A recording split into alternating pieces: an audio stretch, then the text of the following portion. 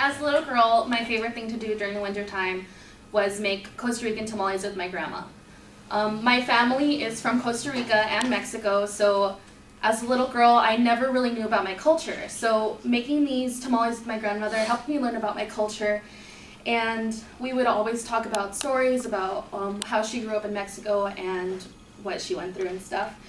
And so this speech will benefit you because most college students are learning about other cultures and how to use them in their daily lives. And I will teach you how to make a traditional Tico cuisine according to Jorge Villegas, travel agent, Quistex Company, on January 22nd, 2002. My speeches revolved around 3 main ideas. The first is preparing the ingredients, the second is putting the ingredients together, and then third, how to correctly close a tamal. Alright, so let's begin with preparing the ingredients. So you're going to need about 3 pounds of pork, and you're going to have to put it in a huge pot, and you're going to put water inside of it and cover it completely, and then you're going to put your spices, which include cumin, garlic, salt, pepper, and achote, which is a Costa Rican spice. And then you're going to let it boil for 2 to 3 hours, and that's the longest thing in the whole process. So you have to make sure that the pork is cooked correctly, because if it's not, then it could affect how your tamales are going to taste. So now that we've done that, we're going to make the rice, which is what's kind of special about Costa Rican tamales.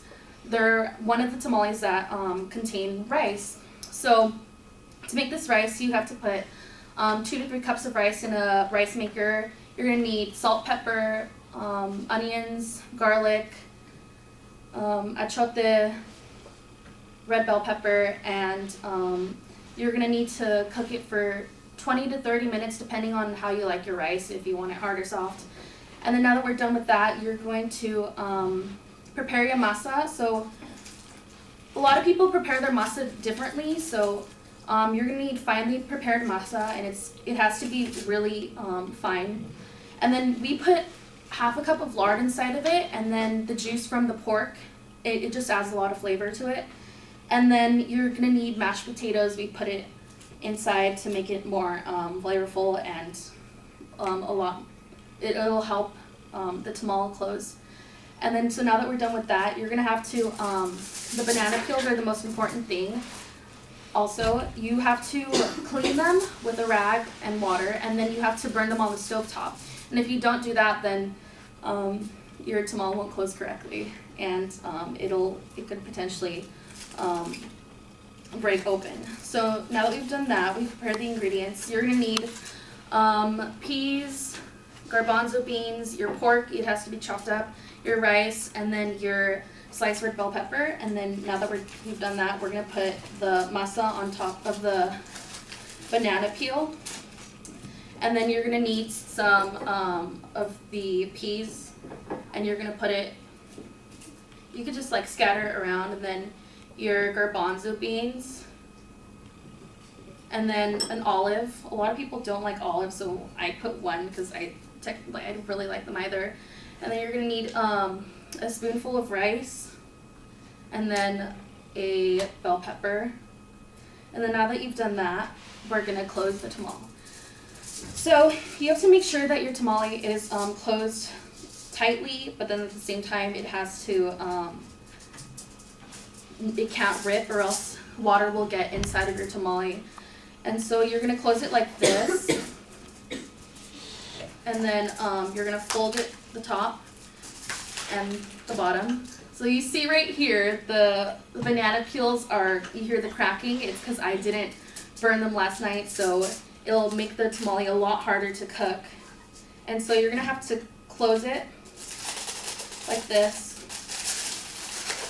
And you have to make sure it's tightly sealed, or else it won't cook correctly. And then when you boil it in the water, which you're going to have to do for about 2 to 3 hours for it to cook together, you're going to have to make sure that your tamales are closed correctly, because if it's not, then a lot of the grease will come out into the water, and it'll make it a lot harder to close.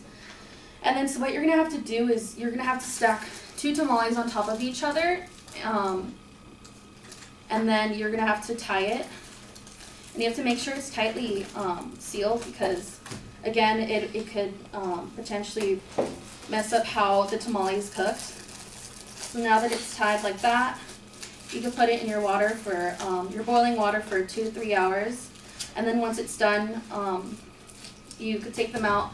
Personally, my grandmother and I, we like the tamales when they're a couple of days old because it just tastes better. And when it's fresh, it doesn't really have all the flavor inside of it. And it's kind of soft when you just take it out and eat it right away. And so right here I have a cooked tamale, and I will show you how it looks like. See the grease right here? Now no water got inside of it since we closed it correctly.